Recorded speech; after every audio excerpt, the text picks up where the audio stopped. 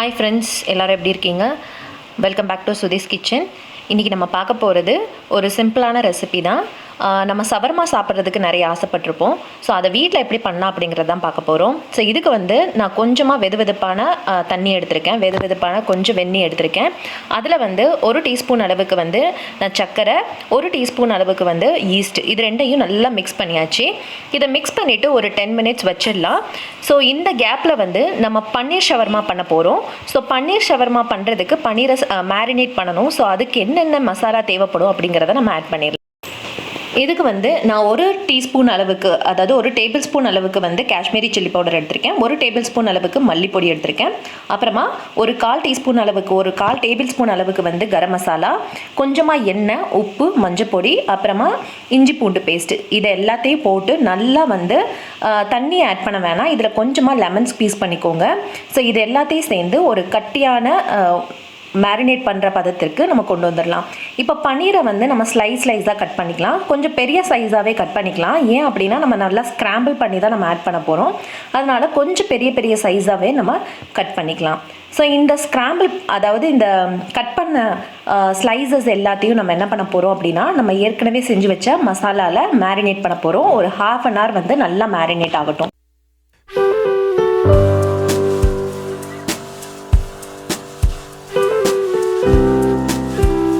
So இந்த கேப்பில் வந்து நம்ம ஷவர்மாவுக்கு தேவையான மாவு ரெடி பண்ணிடலாம். இதுக்கு நான் 2 கப்பு கோதுமை மாவு எடுத்திருக்கேன். நார்மலாக ஷவர்மா வந்து மைதா மாவில் பண்ணுவாங்க, பட் நான் இங்கே வீட் ஃப்ளார் சப்ஸ்டிடியூட் பண்ணியிருக்கேன். ஸோ இதில் வந்து கொஞ்சமாக உப்பு போட்டு நல்லா கலந்து விட்டதுக்கப்புறமா ஈஸ்ட் சொல்யூஷன் நம்ம ஏற்கனவே ப்ரிப்பேர் பண்ணியிருக்கோம் பார்த்தீங்களா, அது நல்லா வந்து பொங்கி வரணும். அந்த ஸ்டேஜ் வந்ததுக்கப்புறமா நம்ம இதில் ஆட் பண்ணிக்கலாம். ஸோ இதை வந்து நல்லா வந்து ஒரு சாஃப்டான டவ் ஆக்கணும், பட் ரொம்ப வந்து கொலன்னு ஆக்கிடக்கூடாது. ஸோ இலகுன பதமாக இருக்கக்கூடாது, கொஞ்சம் ஸ்டிஃபாக இருக்கிற மாதிரி இருக்கணும். ஸோ அந்த பதத்துக்கு நம்ம இதை பிசைஞ்சு எடுத்து வச்சாச்சு. இப்போ அந்த மாவு வந்து கிட்டத்தட்ட 1 மணி நேரம் வந்து ஊறணும். அதுக்குள்ளே நம்ம சாலட் ரெடி பண்ணிடலாம். ஸோ இங்கே வந்து உங்களுக்கு என்னென்ன காய் வேணும்னாலும் யூஸ் பண்ணிக்கலாம். நான் இங்கே கேபேஜும் கேரட்டும் மட்டும் ஸ்லைஸ் பண்ணி இதை ஆட் பண்ணுறேன். இதில் கொஞ்சமாக மிளகு பொடி, கொஞ்சமாக உப்பு, அப்புறமா கொஞ்சமாக லெமன், அவ்வளோதான். இதை எல்லாத்தையும் ஆட் பண்ணிவிட்டு நீங்கள் கொஞ்சம் நேரம் ஊற வச்சிட்டிங்க அப்படின்னா நம்மளுடைய சாலடும் ரெடி ஆகிடும்.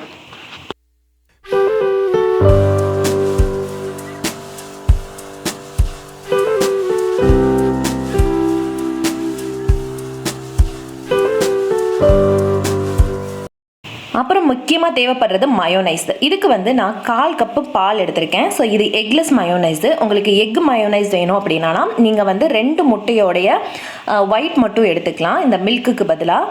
இதில் நான் 3/4 கப்பு வந்து சன்ஃப்ளவர் ஆயில் எடுத்துக்கலாம், அதாவது ரிஃபைண்ட் ஆயில் எது வேணாலும் எடுத்துக்கலாம்.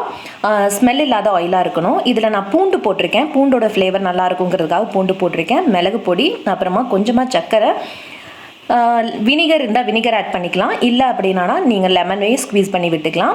அப்புறமா வந்து கொஞ்சமாக உப்பு போட்டு நல்லா வந்து பல்ஸ் மோடில் கொஞ்சமாக வந்து நீங்கள் பீட் பண்ணணும். பீட் பண்ணிங்க அப்படின்னா கண்டிப்பாக உங்களுக்கு இந்த கன்சிஸ்டன்சியில் வந்துடும். இப்போ நம்ம பன்னீர் ஃப்ரை பண்ணி எடுத்துடலாம். இதை ஷாலோ ஃப்ரை தான் பண்ண போகிறோம். ஸோ கொஞ்சமாக ஆயில் விட்டுட்டு இதை வந்து நல்லா வந்து ஃப்ரை பண்ணிக்கலாம். ஸோ 2 சைடும், அதாவது 4 சைடும் நல்லா வந்து அந்த மசாலாவோட கோட் ஆகணும். அந்த மாதிரி நம்ம ஃப்ரை பண்ணி எடுத்துக்கலாம்.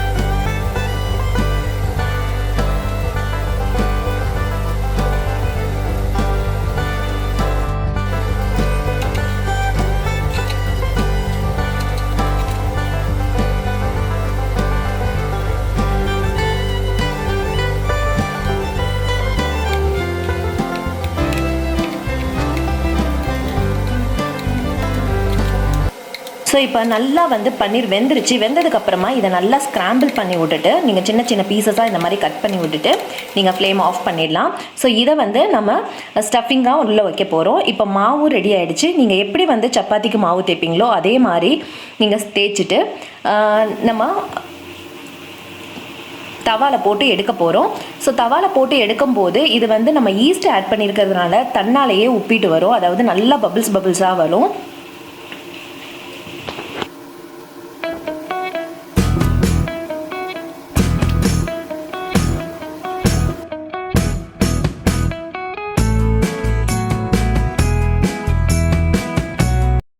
பார்த்தீங்கன்னா உங்களுக்கே தெரியுது பாருங்கள், நல்ல பபிள்ஸ் வர ஆரம்பிக்குது. ஸோ இந்த ஸ்டேஜில் வந்து நம்ம திருப்பி போடலாம். கொஞ்சம் நல்லா உப்பெல்லாம் வரட்டும், அதுக்கப்புறமா நம்ம திருப்பி போட்டுட்டு 2 சைடும் நல்லா வந்து நல்லா வந்து தவாவில் ஃப்ரை பண்ணி எடுத்துக்கலாம். இப்போ பார்த்தீங்க அப்படின்னா ரொம்பவே சாஃப்டாக இருக்கும். ஃபுல்லாகவுமே நீங்கள் பார்த்தீங்க அப்படின்னா நல்லா வந்து ஏர் வந்து உள்ளே வந்து ஃபுல்லாக லாக் ஆகிருக்கும்.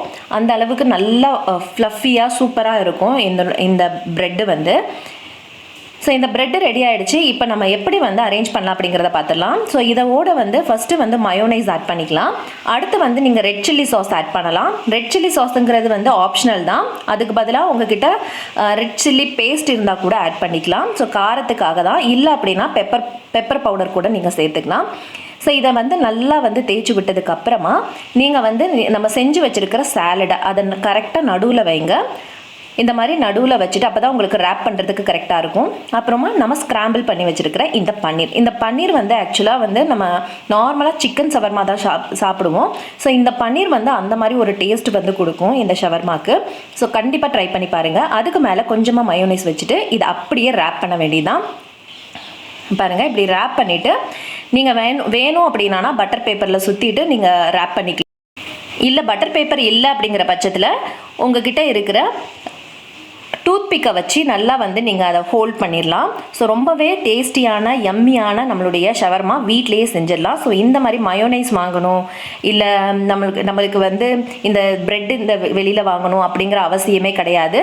ரொம்ப சூப்பராக வந்து இதை வீட்டில் வந்து நம்மளால் ரெடி பண்ண முடியும். பாருங்கள், ரொம்ப வந்து க்ரீமியாக, ரொம்ப வந்து ஸ்பைஸியாக நமக்கு எப்படி தேவைப்படுமோ அதுக்கேற்ற மாதிரி நம்ம ஷவர்மா ரெடி பண்ணிக்கலாம். ஸோ மயோனைஸ் வந்து வெளியில் வாங்கணும்னு அவசியம் கிடையாது. இந்த மாதிரி வீட்லேயே நீங்கள் ரெடி பண்ணி சூப்பராக ரெடி பண்ணலாம். உங்களுக்கு எல்லாருக்கும் இந்த வீடியோ பிடிச்சிருக்கும் நம்புறேன். பிடிச்சிருந்தா என்னோட சேனலை சப்ஸ்கிரைப் பண்ணுங்கள், லைக் பண்ணுங்கள், ஷேர் பண்ணுங்கள். இன்னொரு சூப்பரான வீடியோவில் சந்திக்கலாம். பாய். தேங்க்ஸ் ஃபார் வாட்சிங்.